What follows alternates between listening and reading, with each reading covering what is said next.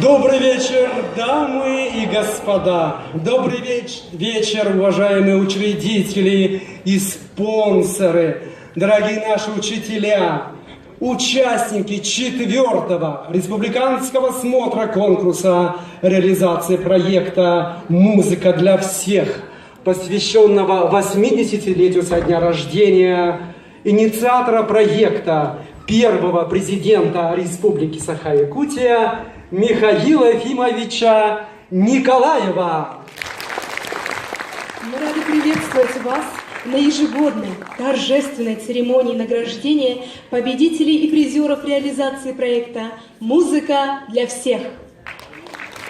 Вот уже 4-й год в нашей республике успешно реализуется инновационный проект «Музыка для всех», инициированный первым президентом Якутии Михаилом Ефимовичем Николаевым.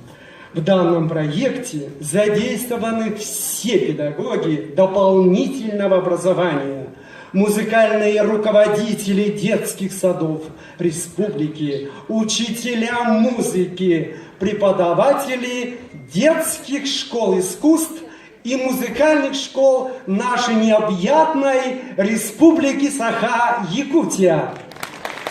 На нашей праздничной сцене музыканты Слава Захаров, Айлан Савинов, Күндүл Захаров.